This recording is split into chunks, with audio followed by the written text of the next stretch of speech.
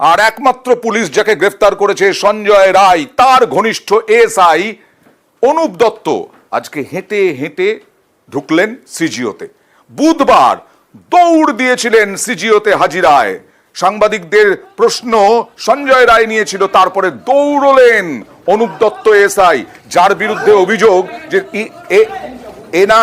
এর প্রভাবেই আসলে Sanjay Roy 4th battalion, Bidhannagar 4th battalion বারাকে থাকতো, সেখানে ডেরা বেঁধে ছিল।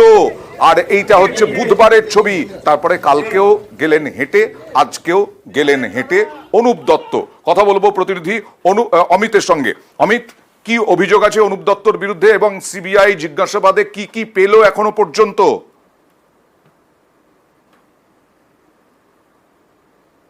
অমিত,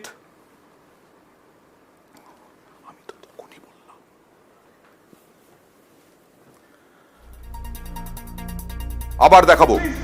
অনুপ দত্ত আজকে ধীরে সুস্থে হেঁটেই ঢুকলেন, কেন এত নিশ্চিন্ত, কি মনে হচ্ছে? কথা বলবো প্রতিনিধি অমিতের সঙ্গে। অমিত, আজকে অনুপ দত্ত, কালকে অনুপ দত্ত এরকম হেঁটেই ঢুকেছিলেন, পরশুদিন বুধবার দিন দৌড়ে ঢুকলেন, আজকে কোথা থেকে নিশ্চিন্ত হলেন? এত সিবিআই জিজ্ঞাসাবাদে কি পেল জানা যাচ্ছে?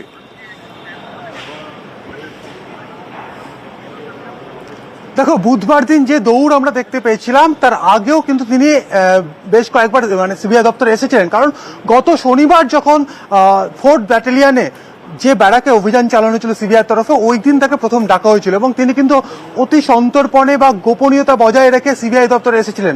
তারপরও আরো একদিন সোমবার দিন তিনি গোপনীয়তা বজায় রেখে সিবিআই দপ্তরে এসেছিলেন, অর্থাৎ আমাদের ক্যামেরা এড়িয়ে তিনি সিবিআই দপ্তরে পৌঁছে গিয়েছিলেন।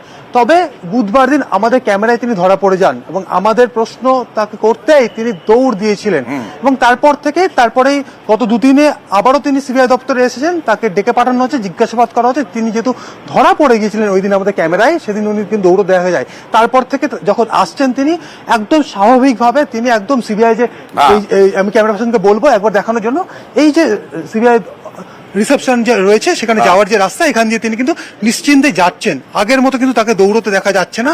তবে তাকে আজকেও জিজ্ঞাসাবাদের জন্য ডেকে পাঠানো হয়েছে, কারণ তার ব্যারাকেই এই সঞ্জয় থাকতেন এবং সঞ্জয়ের গতিবিধি, সঞ্জয়ের ঘটনার দিন কোথায় ছিলেন এবং কি কি করেছেন, তার সঙ্গে কি কোনো কথা হয়েছিল কিনা, এই বিষয়গুলো কিন্তু ক্রস ভেরিফিকেশন করার জন্যই তাকে আবারও তলব করা হয়েছে এবং তাকে জিজ্ঞাসাবাদ করা হচ্ছে।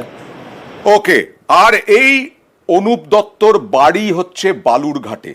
বালুরঘাট থেকে আমরা সরাসরি, আমরা এর আগেও আপনাদেরকে দেখিয়েছিলাম তার পরিবারের সদস্যদের বক্তব্য। তারা বলছেন অনুপ দত্ত কোনো রকম অপরাধ করতেই পারে না, কোনো রকম খারাপ কাজ করতেই পারেন না। আর বালুরঘাটে বাড়ি, সঞ্জয়ের সঙ্গে একই ঘরে থাকতেন এই বিধাননগর 4th ব্যাটালিয়ন বারাকে।